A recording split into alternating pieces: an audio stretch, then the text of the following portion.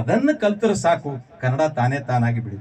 ಜಮ್ಮು ಕಾಶ್ಮೀರದ ರಾಜ ಮಹಾದೇವ ಗೋಪಾಲ ಬಂದ, ಜಮ್ಮು ಭಾಷೆಯನ್ನೇ ಮರ್ತ ಕಲ್ಯಾಣದೊಳಗೆ ಎದ್ದು ಕಟ್ಟಿಗೆ ಆಯುವ ಕಾಯಕ ಮಾಡ್ತಾ ಮಾಡ್ತಾ ಅವನು ಕಾಶ್ಮೀರ ಭಾಷೆಯನ್ನು ಮರೆತು ಕನ್ನಡವನ್ನ ಕಲ್ತ ರಾಜ್ಯತ್ವವನ್ನೇ ತೋರ. ಇನ್ನೊಬ್ಬರಿಗೆ ಕನ್ನಡೀಕರಣ ಮಾಡುವಂತ ಶಕ್ತಿ ಯಾರು ಎದುರು ಬಂದ್ರೆ ನಾವು ಅವರಂಗೆ ಮಾತಾಡ್ತೀವಿ. ಇದು ದುರ್ದೈವ. ಅರೆ, ನಿನ್ನ ಭಾಷೆ ಪ್ರಭಾವಿಯಾಗಿ ಹೇಳು, ನಿನ್ನ ಪೂರ್ವಜನ ಇತಿಹಾಸ ಪ್ರಭಾವಿಯಾಗಿ ಹೇಳು, ಅವರ ಮೇಲೆ ಪರಿಣಾಮ ಬೀರಬೇಕು. ಅಂದಾಗ ಮಾತ್ರ ಅವ ಕನ್ನಡಿಗರೇ ಆಗ್ತಾನ, ಕನ್ನಡ ಭಾಷೆಯನ್ನ ಕಲಿತಾನ. ಇಲ್ಲಿ ಕಂಪನಿ ಒಳಗ ನಾನು ಅಧ್ಯಕ್ಷ ಇದ್ದಾಗ ಅಲ್ಲಿ ಏನ್ ಮಾಡಿದೆವು ಅಂದ್ರೆ ಕಾರ್ಯಾಗಾರ ಮಾಡಿದೆ. ಗೋಯಂಕ ಇದ್ದಾಗ ಕನ್ನಡ ಕಲಿಕಾ ಕೇಂದ್ರ ಇವತ್ತೇನ್ ನಾನು ಸ್ಥಾಪನೆ ಮಾಡಿದೆವು ನಾ ಅಧ್ಯಕ್ಷ ಇದ್ದಾಗ. ಇಲ್ಲಿ ನಮ್ಮ ವಾಸವದತ್ತ ಕಂಪನಿಯಲ್ಲಿ ಪ್ರತಿ ವರ್ಷ ರಾಜ್ಯೋತ್ಸವ ಮಾಡ್ತಾರೆ.